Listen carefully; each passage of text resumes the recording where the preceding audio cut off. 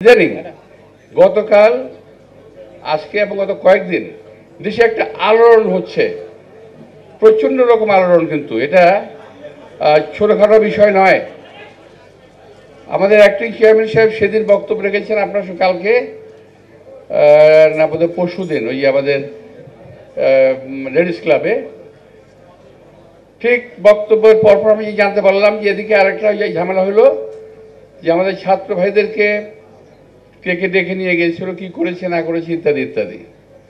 এখানে একটা ব্যাপারে সবসময় আমরা খেয়াল করেছি যে বিএনপিকে কেউ এমন একটা শিবিরে ঠেলে দেওয়ার চেষ্টা করছে যে শিবিরটা অনেকটা আওয়ামী লীগের মতো।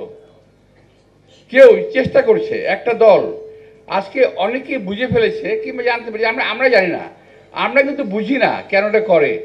আমরা বলেছি আমরা নির্বাচন করব, নির্বাচনের জন্য আমরা 17 বছর লড়াই করেছি। আমাদের নেত্রী জেল খেটেছেন, পৃথিবীতে একমাত্র নেত্রী আমি বলতে পারবো যে যিনি দেশ ছেড়ে পালিয়ে যান নাই। দেশের নেতা কর্মী মাটি মানুষকে ছেড়ে তিনি পালিয়ে যান নাই।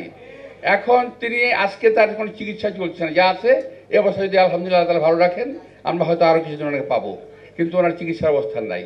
তো এই একটা অবস্থা তিনি বরণ করে নিয়েছেন।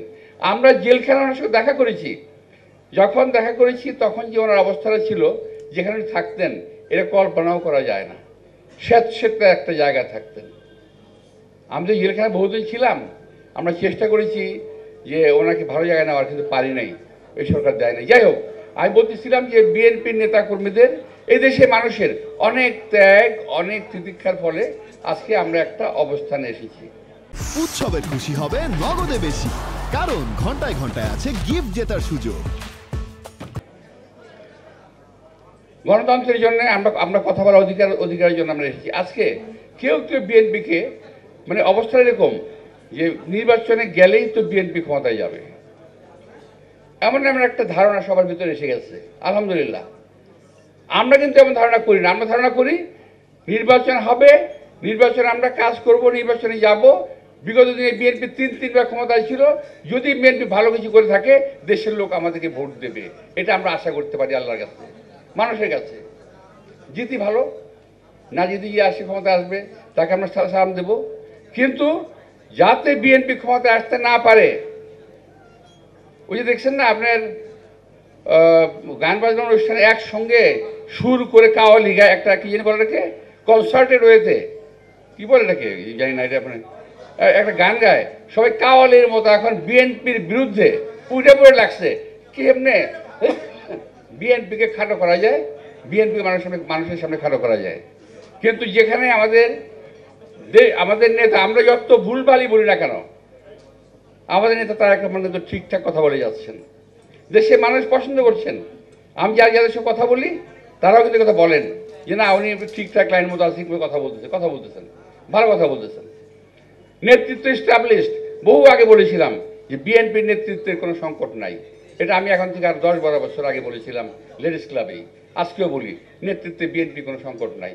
সুতরাং আওয়ামী লীগের সঙ্গে আমাদের ঠেলে দেওয়ার কোনো সুযোগ নাই, যত চেষ্টাই করেন। কারণ আমরাও আওয়ামী লীগের প্রাতিষ্ঠানিক বিচার চাই। সাংগঠনিক অপরাধের জন্য এই দেশে আইন আছে, কানুন আছে, সেই অপরাধে ওর বিচার হবে এবং সাংগঠনিকভাবে তার বিচার হতে পারে। যে আমাদের ইসলামকে যেভাবে ব্যান করা হয়েছিল হতে পারে। যারা ব্যক্তিগতভাবে চুরি চামারি করেছে, ডাকাতি করেছে, অন্যায় করেছে, লুট করেছে, এই দেশে সব কিছু শেষ করে দিয়েছে, তাদের বিচার হবে। বিএনপি তো কখনো না করে নাই, কিন্তু এমন একটা অবস্থা হয়ে গেছে যে না বিএনপি আমাদের এরকম। আরেকটা আছে কি জানেন, বিদেশি কিছু লোক আছে, অনেকে বলে কান দিয়েন না, আমার কানটা খুব খারাপ, আমি সব শুনি, তো কান আমি দেই।